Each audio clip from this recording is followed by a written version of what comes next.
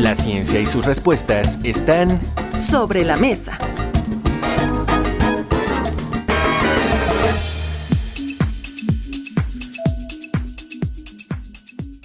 Doy la bienvenida a la doctora Roselyn Lemus Martín. Ella es doctora en biología molecular por la Universidad de Oxford e investigadora de nuevos medicamentos y vacunas contra COVID-19.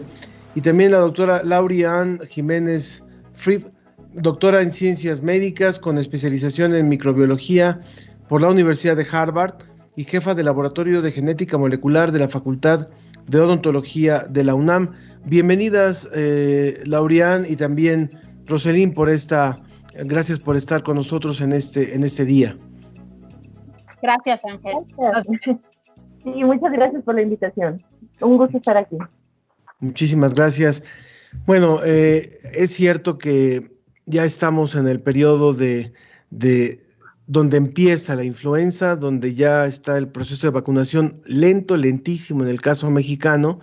No sabemos en otros lugares también de América Latina cómo ha ido evolucionando. Ya nos lo decía José Pichel en el caso de Europa, que se adelantó el proceso de vacunación. ¿Por qué es tan importante hacer esta prevención de la influenza y con la vacuna ahora que tenemos enfrente toda esta pandemia? ¿Quién comienza? ¿Roselyn? Ok.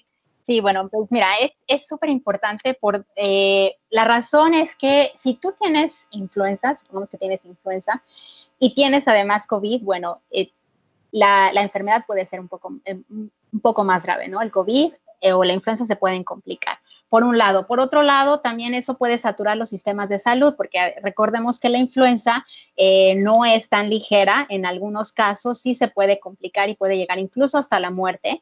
Entonces, es por eso importante vacunarnos contra la influenza. ¿Para qué? Para evitar que nuestros sistemas de salud se colapsen, además de que ya están ahora ya muy ocupados con atendiendo casos de COVID-19, pues ahora les aunamos más en esta época invernal los casos de influenza. Entonces, por eso hago un llamado a que las personas se vacunen, ¿no? Por esas dos razones, tanto para que no se complique un COVID-19 y una influenza que cohabiten ahí en nuestro organismo y para que no saturar los sistemas de salud. Yo le preguntaría también a Lauri-Ann, ¿por qué son tan... porque si parte de esa complicación es que son muy parecidos los síntomas y eso puede también dar un cuadro complejo para identificar cuál es el verdadero padecimiento, Lauri. Sí, bueno, los síntomas iniciales, hay que ser puntuales con esto, los síntomas iniciales de COVID y de influenza son muy parecidos, es verdad. En lo demás, realmente las dos infecciones se parecen prácticamente en nada. Es decir, influenza es una infección respiratoria, propiamente respiratoria. COVID no lo es así. COVID es un síndrome microvascular procoagulante e inflamatorio. Es decir, que es un síndrome que produce microcoágulos pequeños trombos, pequeños coágulos en la microvasculatura que llevan a reacciones inflamatorias que producen daños en diferentes órganos y tejidos. Entonces, escuchamos muy frecuentemente sobre COVID-19 que una de las manifestaciones más importantes es, desde luego, la insuficiencia respiratoria o los problemas pulmonares. Es cierto, porque los pulmones son muy sensibles a este tipo de reacción, a este tipo de evento microvascular, pero realmente el COVID-19 es una enfermedad que puede afectar también y afecta. Es decir, hay muchos casos ya reportados de gente que tiene problemas neurológicos, por ejemplo, a raíz de COVID, problemas cardíacos, renales, hepáticos, etcétera. Esto es causado precisamente por la formación de estos pequeños trombos que van y se alojan, donde se alojan, impiden la circulación y en ese sitio entonces producen reacciones inflamatorias que se vuelven nocivas.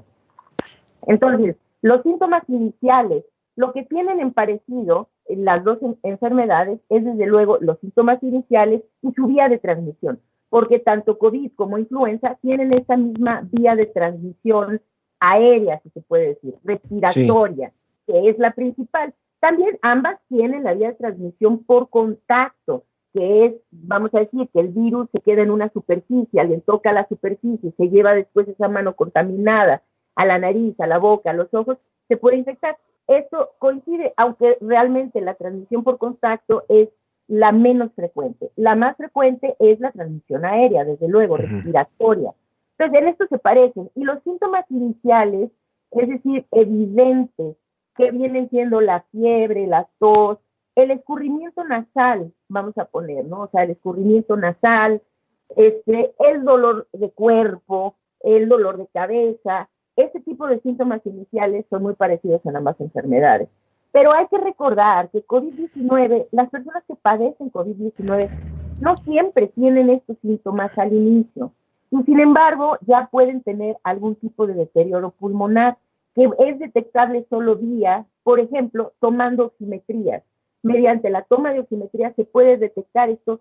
Es algo propio de COVID-19 que se le conoce como hipoxia silenciosa o hipoxia feliz, que se le llama.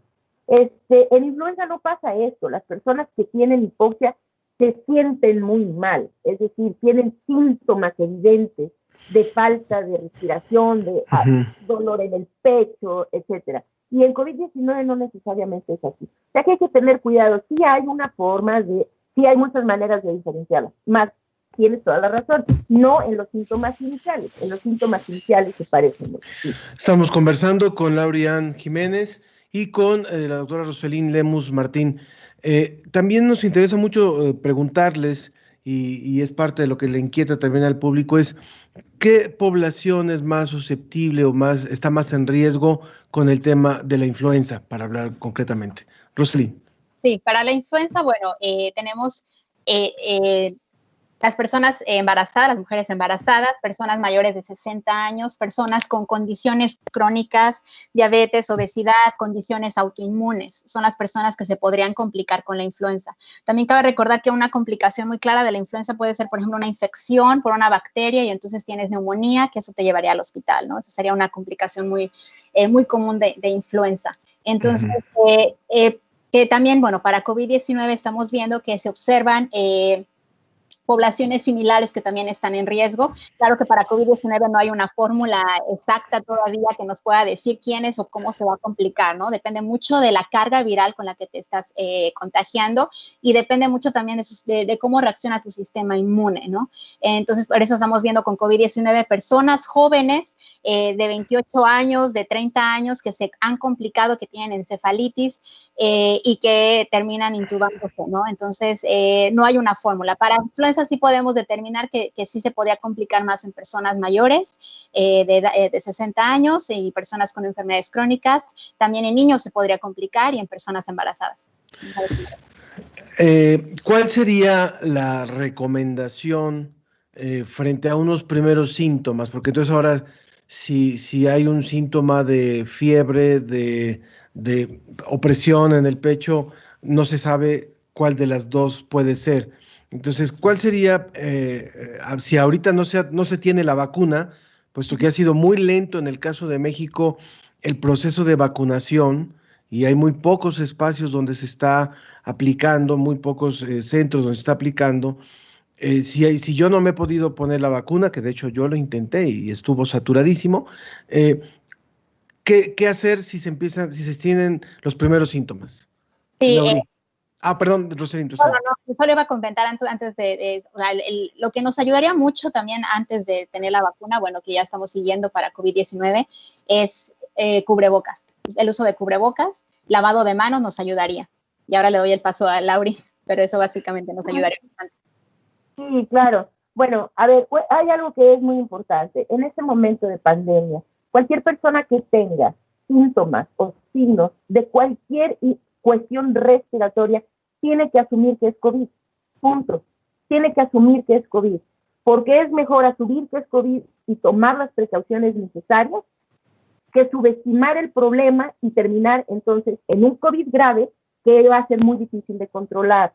Entonces, ahorita en este momento a mí me toca todo el tiempo, estoy manejando una plataforma donde damos atención temprana a pacientes con COVID a distancia y a través de esa plataforma nos llegan tantos casos de repente de gente que, por ejemplo, dicen, es que traigo la saturación ya en 82, en 78, ¿no? Es demasiado tarde, tiene usted que ir al hospital, ya no se puede dar atención a distancia con la saturación así de baja. pero ¿cómo? ¿Hace cuánto que se siente mal? No, es que la semana pasada empecé con una gripita, pero no era nada, era una gripita. Fui en la farmacia, me dieron algo, me sentí un poquito mejor y ahora me siento peor. Es decir, esto no se puede hacer ahora. Cualquier persona que tenga los síntomas más leves, de cualquier cosa que parezca un catarro, un resfriado, tengo tantita fiebre, escurrimiento nasal, tengo tos, me siento mal, asuman que tienen COVID y actúen en consecuencia. Entonces, esto para evitar que entonces lleguen a un punto en donde sea tan complicado que ya no haya nada que hacer. Mi recomendación, que es lo que estamos realmente empujando a la población a hacer, es el automonitoreo en casa. Como bien lo acabas de decir, Ángel, hay vivimos en un país en donde no hay una amplia disponibilidad de pruebas gratuitas para la población. Esto quiere decir que mucha gente puede tener síntomas y para hacerse una prueba es muy costoso y mucha gente no puede pagar una prueba, ¿no? O en el sector salud, si van al sector salud, no tienen síntomas suficientemente graves, no les hacen la prueba gratuita. De ahí que cada uno de nosotros tenemos que responsabilizarnos por nuestra salud y ese es el momento de cuidarnos. ¿Cómo nos cuidamos? Necesitan, la forma de automonitorearse en casa es muy sencilla. Entre 300 y 500 pesos para toda una familia pueden comprar un aparatito de estos que se llama oxímetro de pulso. Con un oxímetro de pulso y un termómetro, el termómetro más sencillo funciona perfectamente bien, uno de mercurio, lo que quieran, ¿no? Cualquier termómetro. Nosotros promovemos un programa en donde las personas pueden llenar en un formulario su oxímetro de pulso, tomarse la oximetría, la frecuencia cardíaca y la temperatura todos los días. Con estos signos, muchas veces se puede detectar que es un COVID y de forma muy temprana ver que empiezan a tener deterioro pulmonar. Y en ese momento empezar a atender de forma temprana y el resultado es increíblemente favorable cuando se pueden detectar muy temprano a los pacientes. Entonces, nadie subestime un catarro en estas épocas. Podría ser influenza, sí. Hay manera de diferenciarlo con esos síntomas sin tener una prueba, difícilmente. Pero asuman que es COVID. Y entonces, para cuidar. Estamos hablando con la doctora Laurian Jiménez, doctora en Ciencias Médicas con especialización en microbiología por la Universidad de Harvard, y la doctora Roselín Lemus Martín, doctora en Biología Molecular por la Universidad de Oxford. Ambas, con ellas estamos hablando acerca de esta mala combinación, y muy mala en este momento, por supuesto, que podría darse y que ya se ha dado de casos de combinados de influenza y COVID. Nos dice Estela Jiménez en Facebook, dice, ¿ya podemos vacunarnos contra influenza en la Ciudad de México? ¿Dónde? Bueno, ¿qué respuesta podríamos darle? Pues en los centros de salud, bueno, aquí hay, desafortunadamente solamente en México se compraron 36 millones, alrededor de 36 millones de dosis de vacuna de influenza para este año, ¿no? Entonces, ha habido un desorden al respecto, ha habido mucha desinformación en dónde se aplica la vacuna, en los centros de salud, en el IMSS, en el ISSSTE. Ha habido también, bueno, COFEPRIS lanzó una alerta de vacunas que no eran las adecuadas, que se estaban vendiendo en el mercado negro, en hospitales privados y por medio de médicos privados, ¿no? Entonces, aquí, bueno, la recomendación es solamente en sistema de salud pública es lo mejor para aplicarse la vacuna, ¿no? Y que sabes que te estás poniendo la vacuna adecuada. Aunque lo hemos hablado en otros programas y no quisiera yo despedirlas sin pedirles algo. Ya nos dijo Laurian, es el uso de cubrebocas, mantener, por supuesto, el lavado de manos, la distancia, no arriesgarnos al contacto y a la contaminación aérea, que es la más importante, la más efectiva para transmitir cualquiera de estos virus. Pero la pregunta también sería, ¿cómo reforzar el sistema inmunológico? O sea, yo sí diría, bueno, además de estar monitoreándonos, además de estar tomando la sana distancia y usando la precaución del cubrebocas, ¿hay alguna manera de estar también bien, un poco reforzados en el tema de nuestras defensas? Bueno, en realidad, la realidad es que no.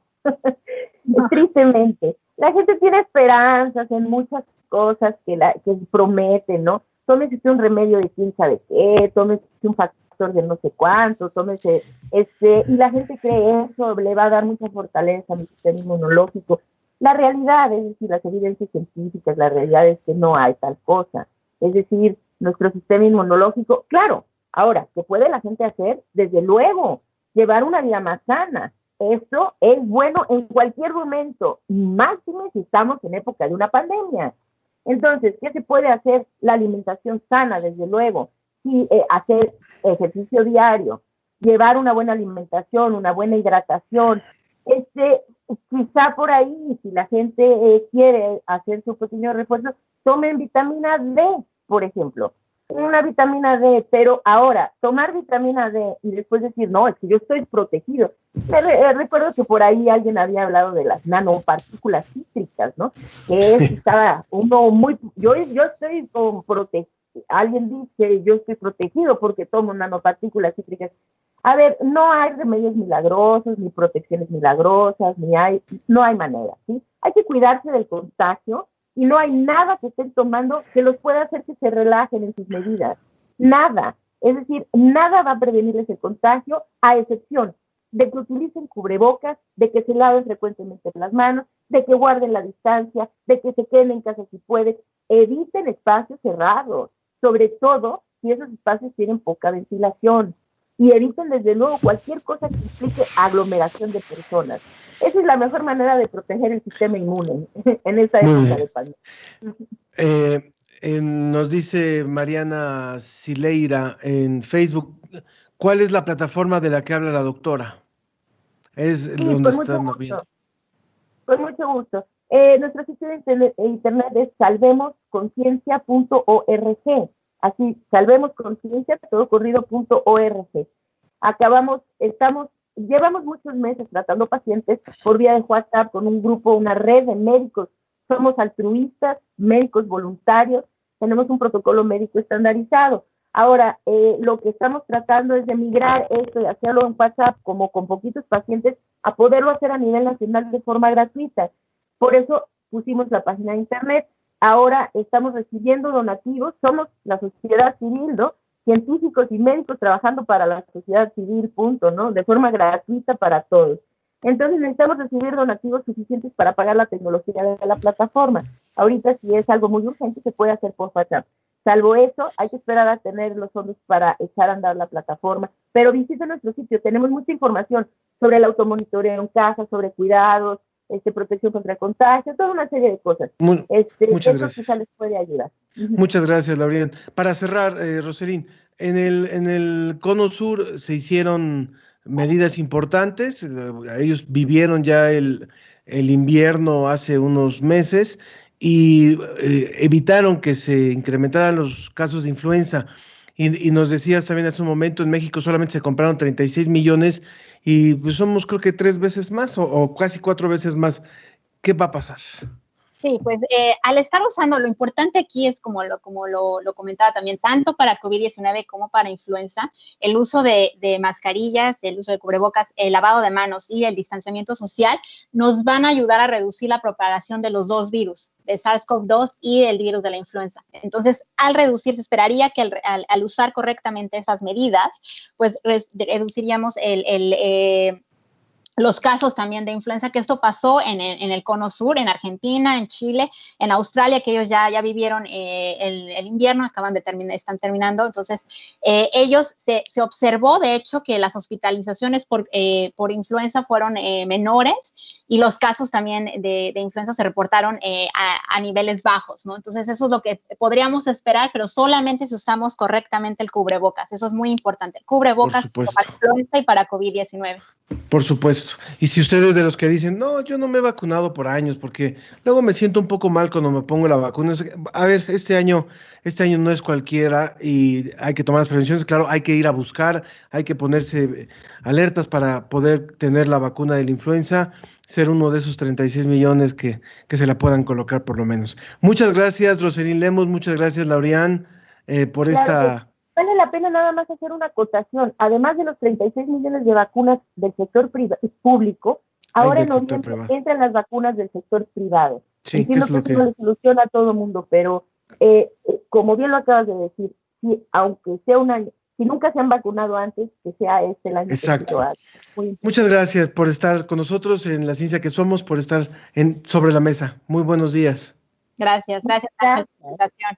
Muy buenos días. Gracias por la invitación. Muchas gracias. La ciencia y sus respuestas están sobre la mesa.